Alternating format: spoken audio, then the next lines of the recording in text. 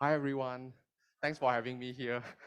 Now actually it's been a while that I didn't do physical workshops. It's been a long while for me because of MCO and all. So today, initially I was thinking also, would I be nervous today? Actually, when I see everyone now, I think I feel a little bit nervous also. But I'll just go with the flow. Huh? All right, okay. Yeah, I know everyone is very friendly here. I sense that a lot also. Okay, so to talk about the survivor at the workplace, right? I want to introduce myself a little bit more first with you all here. All right. So, hello, this is me again. All right, and then, oh, maybe with the mask on. Oh, it's okay to have the mask off, is it? All right. Okay. One moment, yeah.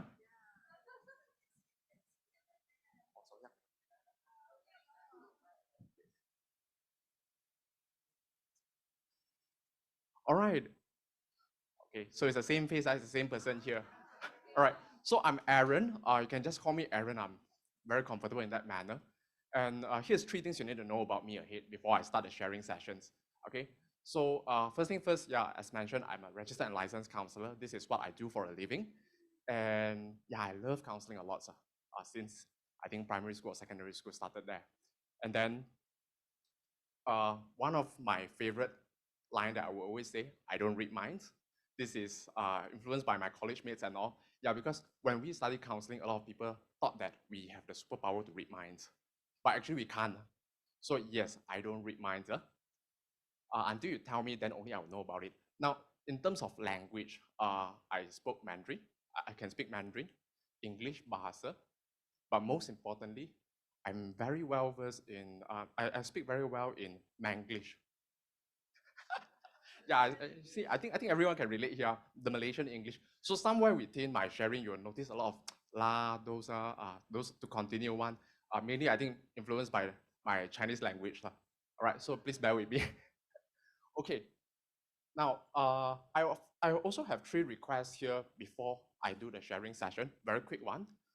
Okay, so the first thing first here, right, is formality. As I shared, wherever I go, even with students, even with working adults, I would still prefer to call by first name Aaron. Reason being, right, I believe we are all human beings. We all have emotions and all. And to me, everyone is equal. So yeah, when I'm in the education setting, sometimes people will see me as a little bit of rebellious. I don't like to be called as Mr. and all. Yeah, and students usually call me by name directly also. I'm very comfortable in that way. And second thing, right, is uh, I'm open to questions. So I actually have prepared a Slido link, right? If you have a QR code scanner, you can actually scan it. It will bring you into a website. So you can ask questions there anonymously. Now, the reason why I do this, right, is question is a great way for us to connect more. And perhaps it helps me to know what you're more interested to discuss, and I can help to provide that information on the area. All right? So I'm open to it. If let's say there's too many questions, I will still answer by texting. I will reply in comment section, but give me a day or two. Yeah, sometimes there's a lot of questions to answer there. All right. So the third part, right, is I need to have an agreement with everyone here. Now, whatever I shared, right, if it makes sense to you, if you can make use of it, please take it and use it. But if you feel like it doesn't make sense, and it's not suitable to your context, then don't take, okay? So can we agree on that? Take whatever that makes sense to you and discard whatever that doesn't make sense to you. Is it okay? Yeah, I see nodding heads around. Okay, great. All right, so let's go with a very quick sharing session here because there's a time limit. Usually I do workshop in a very long manner, 3 to 4 hours. Today, I think I'm giving an espresso ahead for everyone. So I'll try to go as I'll try to be as full of content as I can. But if let's say if you have anything that you feel unclear, you want to ask, you can ask later. Totally welcome. All right, so let's warm up with some quick examples here before I talk more about the survival part. Now, survival instinct, I think many of us had heard about it before and we are quite familiar with it. But today, I want to share with you a slightly different perspective to understand survival instinct ahead. All right, so let's have some quick examples here, yeah? So I believe generally, I just want to ask everyone here first, how many of you have driving license? Okay, almost everyone. Okay, so how many of you often drive to work? How's the traffic? Bad. Yeah. So usually, I'll start off with the driving side first. I think everyone can relate a little bit more. Okay. So, Sam, I will need you to help me to post later. Yeah. Okay. Great.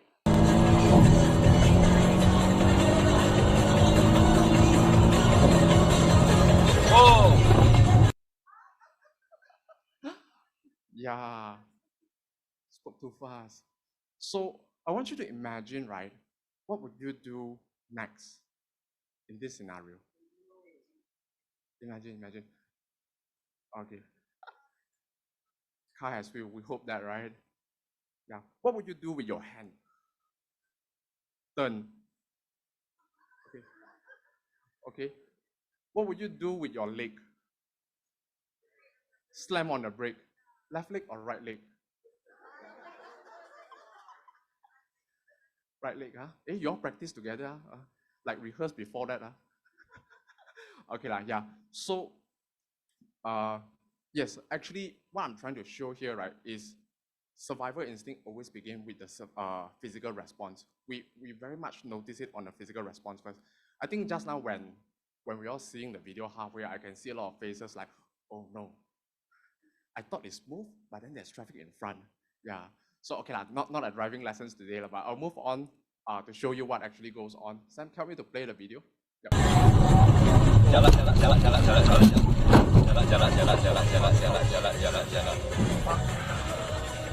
So actually behind the audio,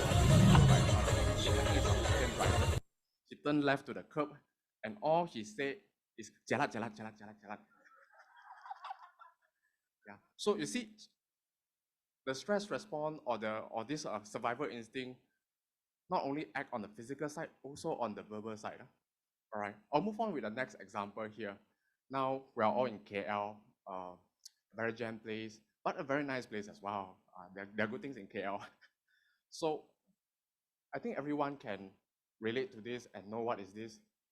Yeah, tau fu fa, yes. Usually, sometimes people after the lunch hour, they'll go and get some. Like, for example, I heard one that is in Jalan Ampang that is very nice. Usually people line up for it, right?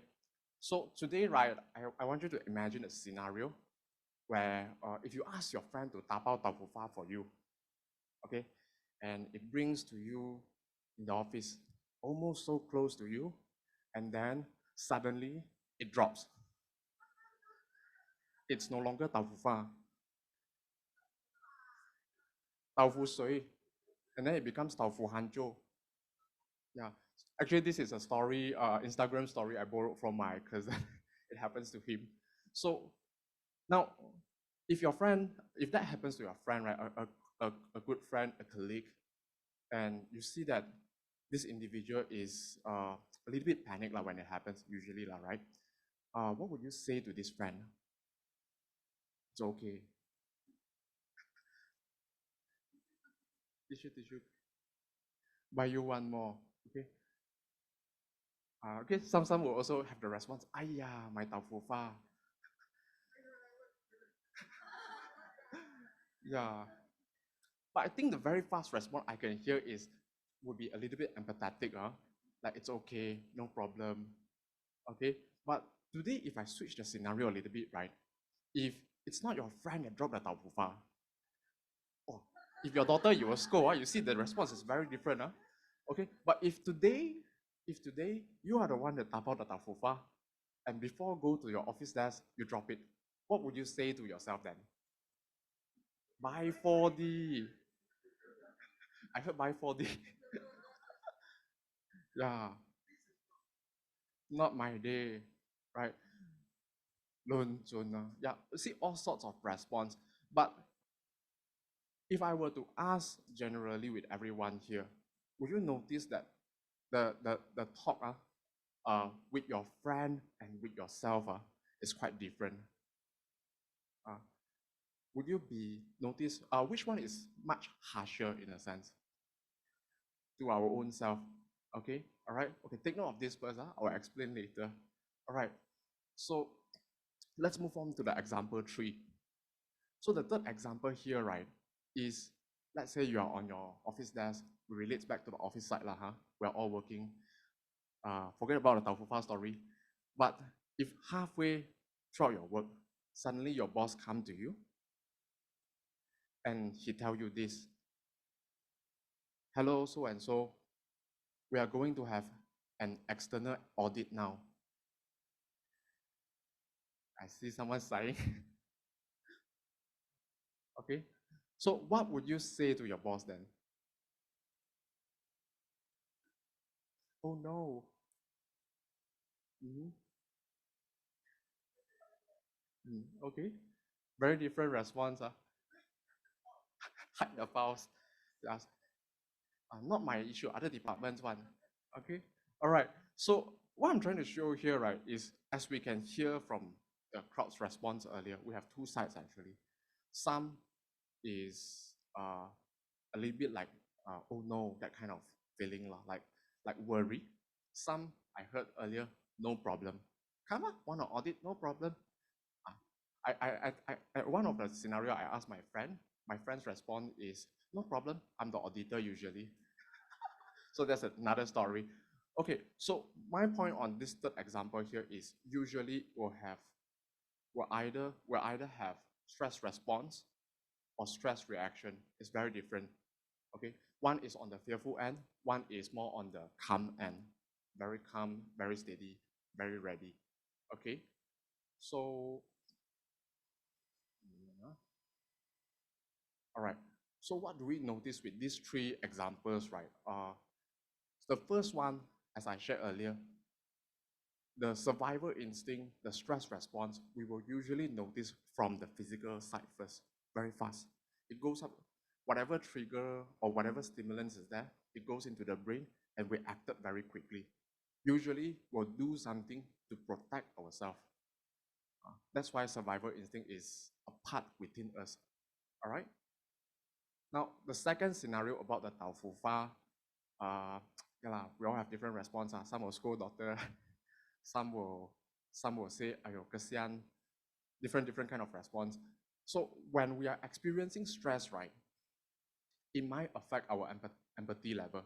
And usually it is easy to be empathy to others and very hard to be empathy with our own self. That is like something by default. We'll always go a little bit harsh with ourselves one. Uh, Perhaps it's a cultural thing or what, but that I'll leave it to everyone to explore. Okay, so the third part about the auditor side one is quite similar. We have stress response, we have stress reaction, and we always have these two sides, no matter what scenario. Okay, so over here, right, I want to share a quote with you all. It's by Viktor Frank. What he said, right, is between stimulus and response, there is a space. And in this space, right, is our power to choose our response. And in our response, right, it lies our growth and freedom. So who is this Viktor Frank? Just do a very quick intro. He is actually a psychiatrist, a Holocaust survivor of Second World War. So this is his finding. Actually, he have a very interesting book, Man's Search for Meaning. I would recommend if you love reading. It's about searching for meaning in life. So why is this quote, why do I share this quote right here, right now, right? Is there's always a space for us to choose one. So in that space is where we can choose either stress response or stress reaction. So I've been talking about so much on stress response and stress reaction. What is it actually about? Now, layman term, to keep it simple, it is how we cope with the stress, a stress coping mechanism. Okay, and let's have a quick look. What are the things between stress response and stress reaction? So they are the same thing, but the approach is slightly different. They actually have the same goal, which is to protect you, which is to ensure that you survive through the scenario. Okay, so generally, I will throw back to everyone here. What are the common coping mechanism we can notice within ourselves? Is it stress reaction or stress response? Reaction. Why reaction? Sorry? Blame others. Good, good. That's a quite a interesting way of looking at it. Any other one have any ideas? Okay. Uh, yeah, that actually is can relate also. Sometimes they will label themselves, it's my fault, it's my fault. That is actually also a way of react. So in short, right, I just want to share this with you. In a nutshell, stress reaction is usually easier because it is something to do with avoidance. When we label ourselves, it's also a form of avoidance. When we blame others, it's also a form of avoidance. Now, avoidance is usually the easier way out uh, because it will give the short-term relief, but usually it will give a long-term pain. So at times it is helpful to take a short break, but if it prolong and continuously do in that way, right, that is where the problem comes in. Okay, so yes, there's avoidance strategies, there is proactive strategies. They are very different. Now the main difference in my experience, right, because I work as a counselor, I often explore with my clients, talk with them to understand about their thoughts. I notice the main part of it, right, is the difference in terms of their language, their self-talk. How do they communicate with themselves within? Uh, Usually, in layman terms, sometimes people will say, the positive self-talk or the negative self-talk. Yes, it is somewhat like that. Usually, it's either self-defeating or self-empowering. Now, to push a little bit more, right, what is interesting here is, as I work more and more from experience, I notice a thought is not just a thought. The interesting part of it, right, is usually there's a question at the upper layer. The thought, we also call it as automatic thought process, but there's also an automatic question part. All right, so I will share more with you here the two layers. This graph, I do it based on my experience, from my understanding. So I do a quick sharing here with everyone. So in my perception, there is the fear approach and there is the calm approach. Now the fear approach and calm approach, right, is very similar, just like the stress response and reaction, but different. Same, but different. Okay, so notice the curve, the circle. The few top part, right, is where people is easier to take notice. The bottom part is where usually the thought process is so fast, people don't usually realize about it until they reflect back their action. All right. So uh, I'm someone who loves to use acronyms, so I usually break down words lah. So this fear, actually, I break down into 4 categories to share with everyone. All right. So fear, to start off with a letter F, right? I will call it the flag, the red flag. So what is red flag? Usually people will focus and look for what is wrong first. So internally, right, when things happen, the question within could be something like, hey, what is wrong with the situation? And that put them in a very alert state already. Adrenaline boosting, and then very nervous, very kanchong. We usually say that lah, huh? And then followed by that is the E, evasive. Now they don't avoid first, they will start to have an evasive thinking within. What is this got to do with me? So like just now the auditor part, I heard someone say, that's not my department. Yeah. So that's how it works, lah, huh? Or sometimes people will start to ponder on a very philosophical question. Why is this happening to me?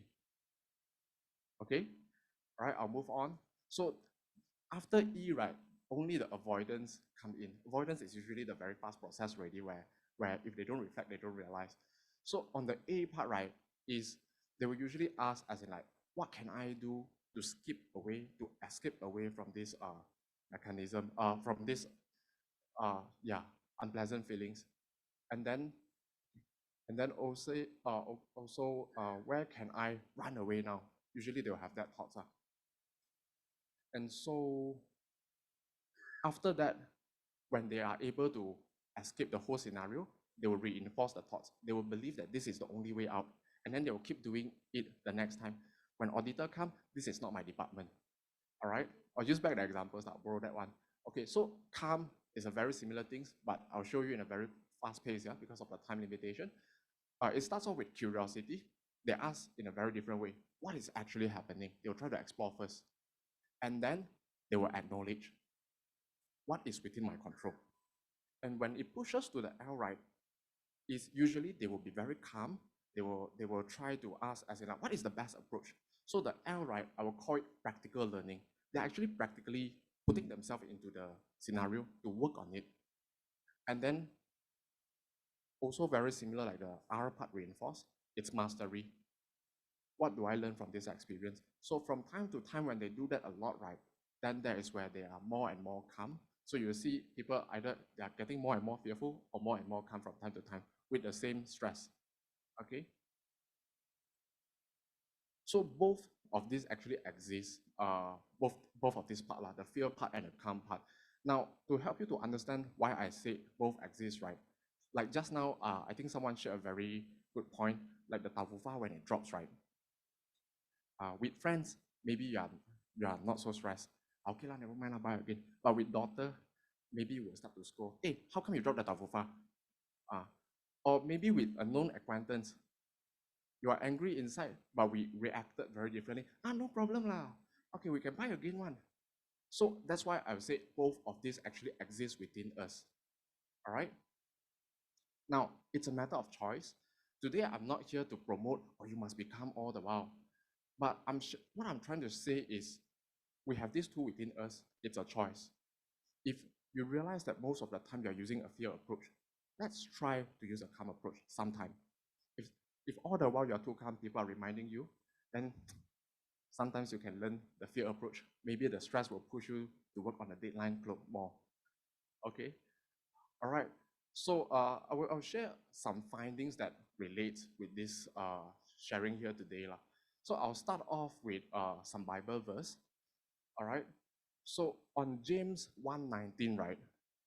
Uh, I love this verse is because what this verse mentioned, if I remember correctly, is dear brothers and sisters, let us be quick to listen, slow to speak, slow to anger. So it's about posing down, looking at things again. Okay? So this is also like the Viktor Frank quote I shared earlier. There is a space. Bible also mentioned that. All right? Moving on, I'll share another psychiatrist. He's from Switzerland, Carl Jung. So Carl Jung, the main point with Carl Jung, right? He said, ask the right question. So what does he mean by ask the right question? I'll use a very quick examples here also lah. So when things happen, right, sometimes we'll ask, why is this happening to me? Or when let's say our kids did something wrong, why do you do this? This will only help them to focus on what's wrong. But if we were to twist, change a little bit with the word, how can we improve it? How come this thing happened? It will help them to think in a more processing manner. So when we ask kids in that way, right, we actually instill the processing mindset into them also. So ask the right question, you solve half of the problem ahead already. All right. So when we talk about asking this kind of question, right, is sometimes can be very challenging. So I will use Matthew 7:7 as the reference. Matthew 7:7, right, is ask and you shall receive. Seek and you shall find. Knock and the door shall open unto you. Now, in the original language, Latin, if not mistaken, the language itself said continuously act, continuously seek, continuously knock, continuously ask. It's not one time.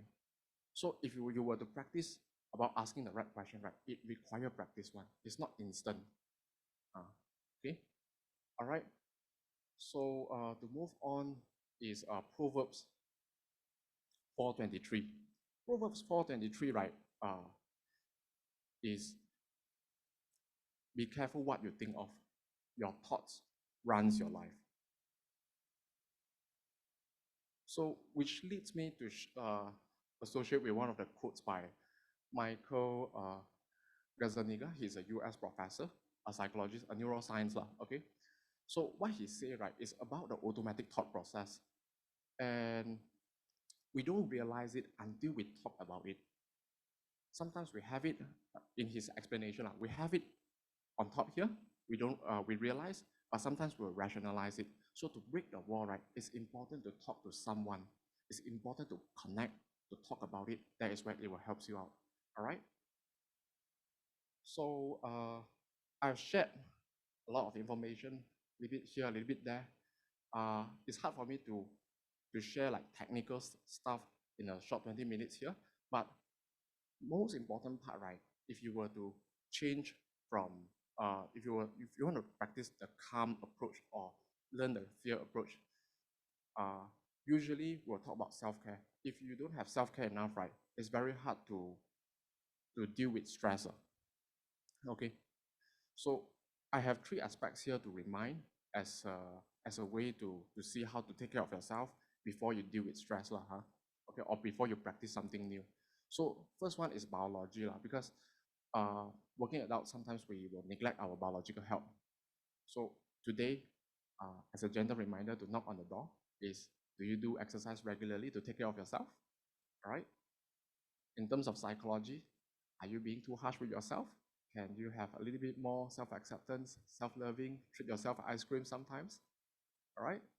So social, can you connect? Can you allow yourself to talk to someone?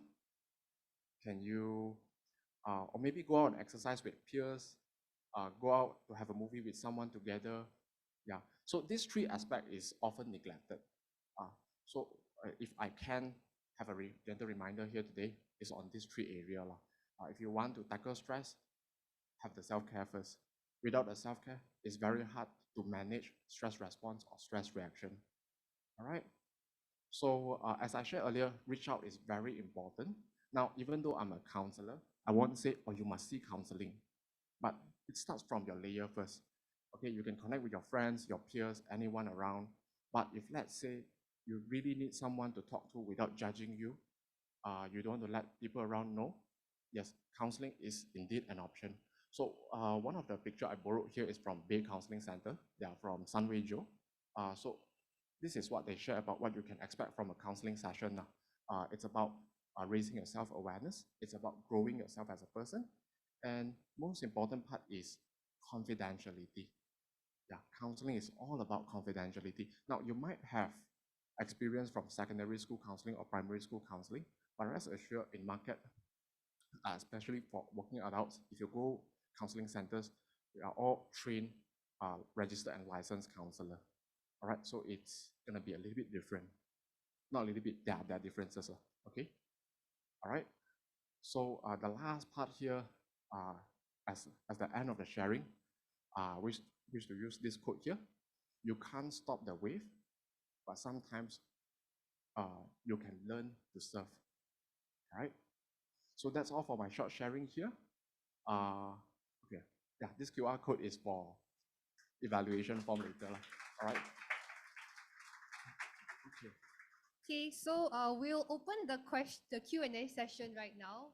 You prefer to stand, is all right? All right. Okay, so people from the audience, you can raise your hands and then we'll provide you a mic to post your question, as well as on Zoom. You can type your questions down and then we will ask Aaron. Okay, Yep, sure. So here, Aaron, let me just start, right? Today is such a long day. I'm feeling so down. Do you think I should see a counselor? Probably. So this question is very interesting because it depends on a few factors lah. Do you have someone to connect? If you have, I would recommend you to connect with people first. And or if you don't want to connect with anyone because you feel privacy is very important, you really want to work this on your own, you don't want to burden your friends and all, yes, counseling is indeed an option also. So it depends on the scenario. But the question that I will ask and to top up that is, are you ready for counseling? Yeah. So if you're not sure what is counseling, if you want to know more about counseling, you can actually look for someone that have counseling experience as a client. Perhaps they can help you to understand what is in a counseling session, and that will make it, at least you can understand first ahead. Right? Okay, then what about, can you share with me some of the symptoms of like mental health issues? And if I notice that in a friend or someone I care about, how should I respond to that? Okay, so I will go with the first question first. The first question is, what are the signs and symptoms of mental health issues, right? So there are a few, like just now I shared about the biological, psychological, social, or we can notice, like let's say from social, perhaps the individual is a little bit withdrawn, isolate themselves, and not their usual self. Actually, with our intuition, we can pick up one. You'll notice that someone is not in their usual self.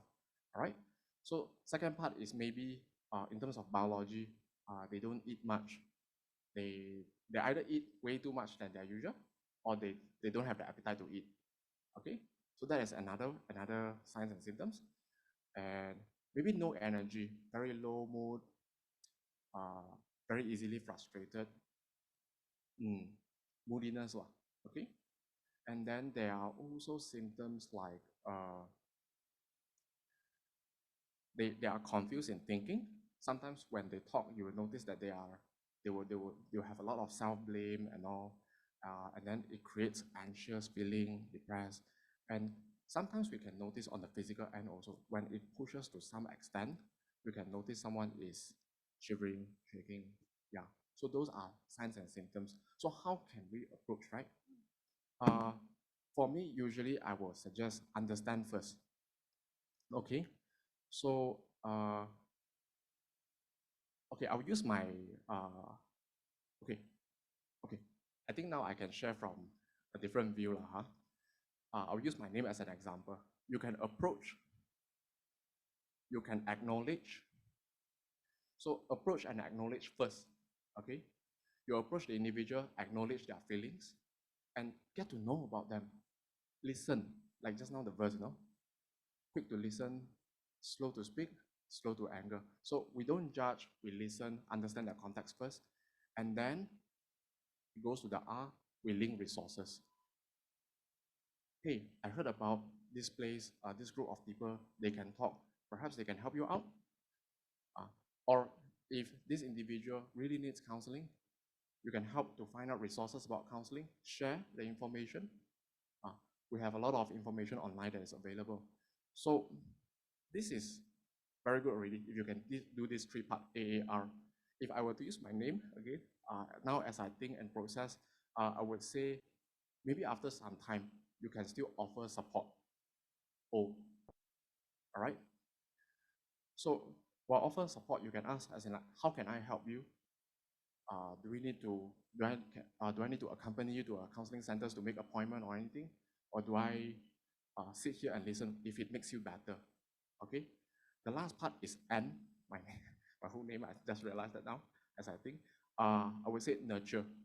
So first, nurture yourself with knowledge. Have a good understanding about what's going on.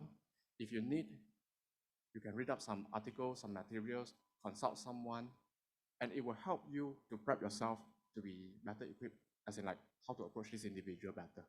All right? I see we have some questions behind you. All right, great, great. And choose. All right. This is like playing games, like choose questions. Okay, I'll go with the first one. Okay. What are the approaches you recommend if someone is so stressed but does not open up easily? Yes, I love this question. Okay, so first thing first, right? Actually, uh, according to research and all, sometimes accompany them. At times, they don't really speak much, but just accompany them and let them know I'll be here. If you really need to talk about it, I'm ready. It's a good approach, really. Okay, and at times, at some of my experience, I noticed that I sometimes sit down with some clients. They just really need someone to be there while they cry. So it can be as simple as that. But of course, sometimes we notice that this kind of approach maybe will irritate people. Yeah, so play by ear, play by intuition. If you are not sure, I'll recommend you to connect with someone, and then we can discuss about it. Don't handle it alone if you feel stressed. Share it out, connect. All right. So I guess I've answered the questions here. Let me read you All right. the second question. All right. What sort of scenarios would warrant seeing a counselor, a psychologist, or a psychiatrist? What sort of scenario would warrant seeing a counselor? Okay, I think I'll just explain the difference of counselor, psychiatrist, and clinical psychologist. Very good questions again. Okay, so counselors like me, right? Usually we work on remedial and intervention case. Means to say, sometimes when crisis happen, someone have a high risk of suicide ideations and all. This is where we come in and work. Or someone is disturbed their usual routine, they cannot work on it, they are very disturbed by certain issues, they want to talk about it, that is usually under the remedial area. We are also there to support, okay? So clinical psychologists and psychiatrists, they are also working on this area as well. But the difference, right, is clinical psychologists, they can do diagnosis of mental health, of a they can do diagnosis of mental health categories, like they can diagnose the individual as having depressions, is it severe, mild, moderate, or maybe some other disorders, okay? And psychiatrists, they also can do diagnosis, but psychiatrists, they can give medications. Yeah, so usually psychiatrists, they are from medical doctor field, and then they further their course into abnormal psychologists. Yeah, so usually we work hand in hand lah. For example, my colleague, my workplace, usually I have a clinical psychologist. If there is a need, I will consult this individual for diagnosis purpose. So after I have a clear diagnosis of my client, then that is where I work. I adjust my approach to best suits my client also lah. So that's the main difference. Clinical psychologist and counselor, we do a lot of talk therapies also. So we have a lot of approach between the talk therapies lah. We have like cognitive behavior therapies, acceptance commitment therapies. Basically, it's different theories, different ways of doing it lah. Okay. Next question. I'm not sure if you answer it. When do I see a counselor and when do I see a psychiatrist?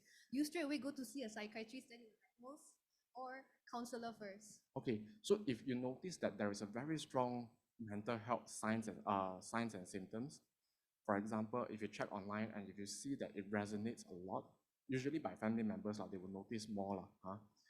And if the signs and symptoms is very strong, like it shows it could be something relates to depression, and you have experienced the low mood so much and it bothers your work, it affects your routine and all, yes, it's good to go for a psychiatrist to check out first to know the exact diagnosis. So after knowing, right, you can approach a counselor for the psychotherapy part. So one thing to clarify here, as I have consult clinical psychologists and psychiatrists, I think everyone will agree on the same thing. Medication helps, but beside medication, we really need to talk about it. We really need to work on the cognitive area, the thinking part. So that's why counselor clinical side is still also very important in this aspect. It is not that I eat this pill and then I will recover immediately. Mental health is different with physical health. The medication is only a short-term help to help you to bring down the state. And then with the psychotherapy part is where it helps in the adjustment area, right? If you do not know who to go to, you can go to any one of them, clinical side, psychiatrist, counselor. You can go and consult. If there is a need, they will refer you to the right channel. Usually work hand in hand, collaborate one. And as a counselor yourself, how is it for you to apply psychological advice on yourself? Yes. It's not easy, to be frank. And sometimes it takes a lot of intention to learn. That's why just now I'll use the Matthew 7:7:1 as a reference. You have to continuously practice. So sometimes I also will try. And to be frank, at times I can be very moody as well. I can be very upset. At times I will cry as well as a person, even as a man. Okay, so it's hard, but it's doable. And like myself, I also go and consult counselors, psychiatrists when there is a need. I follow up with them from time to time about my mental health status. And yeah, I also learn through the process. So whenever I see clients and all right, I somehow feel relatable. I don't say that I 100% understand them, but I know it's very hard and it's really not easy. So please don't go too harsh with yourself. If you try to use the psychological advice, please know that this author or writer, they also go through a lot of things to come to that conclusion. They continuously knock, seek, and find, and that is their finding. Right? Make sense? Okay, we have a question from the lady. Hi, I am a teacher. Yeah. But also, I think coming from an Asian culture, Yes. I have, I'll just take my example.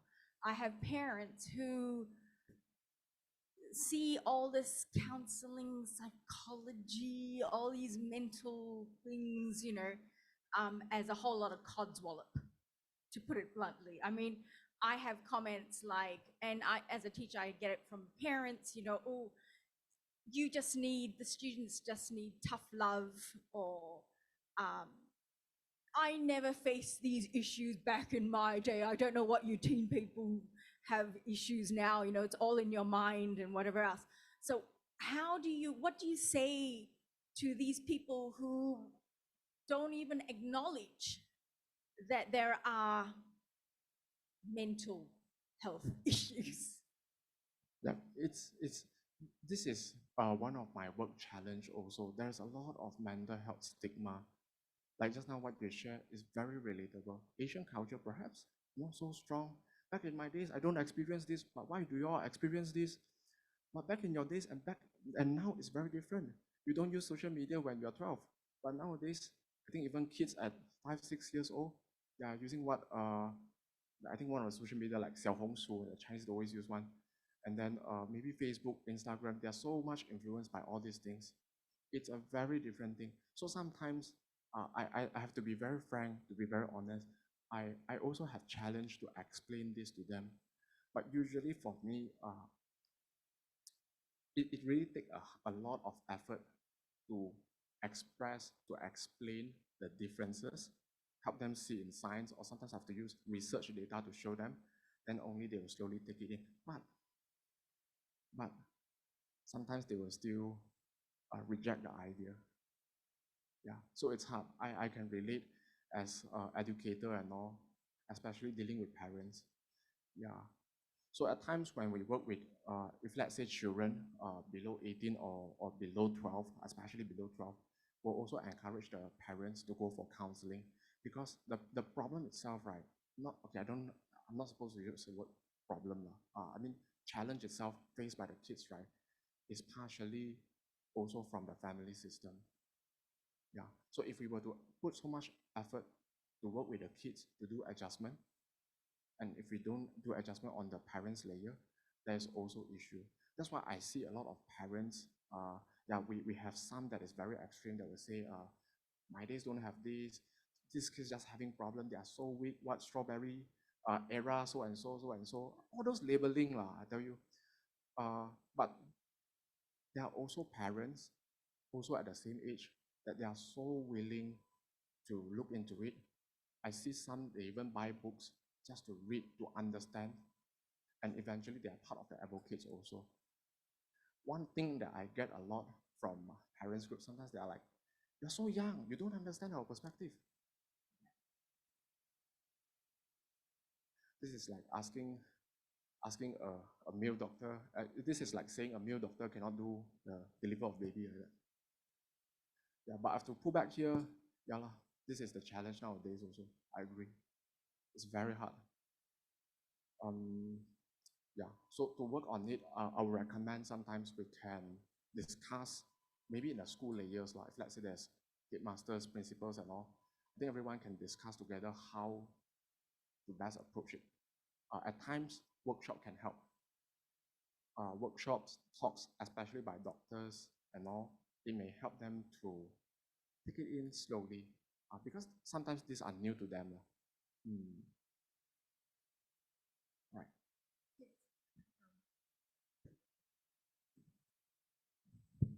Yep. When we look around, we as more of leaders in the marketplace, we observe various cases of this nature.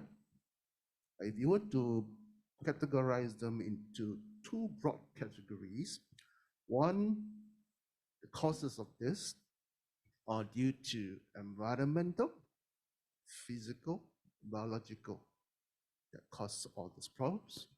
And on the other side, spiritual, right? We as leaders and counselors, we are all counselors in our family, in our workplace, etc.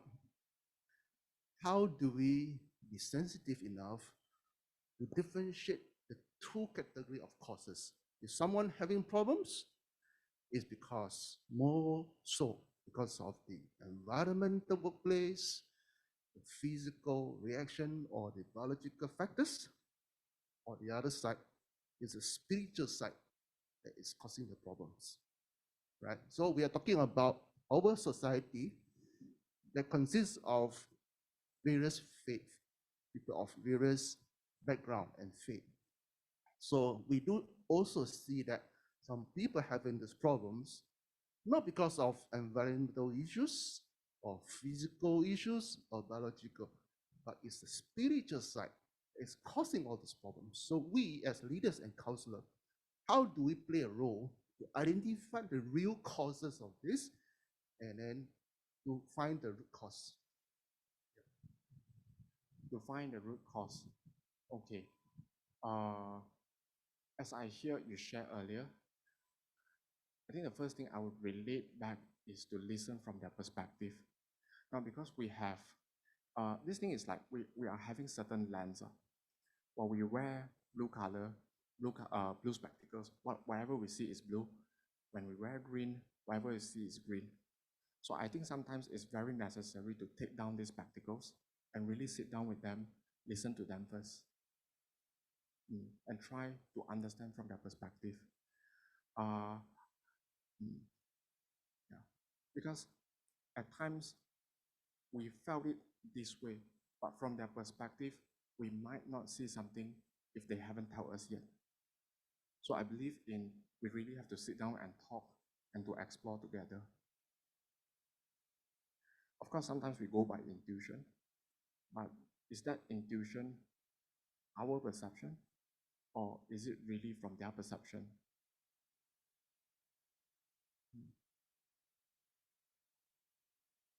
Okay, that sums up the Q&A session. We have this barcode here. If you still have questions, we have the barcode there, please, first. It will still be, or the link will still be open tonight. Maybe if you're sleeping and you think about a question, you want to ask that question, you can send it to this Slido. It's still open. Aaron will take the time to review the question and reply to it personally. Once again, we'd like to thank you, Aaron, for, for, for coming by here today and sharing your perspective as a clinical counselor. Yeah.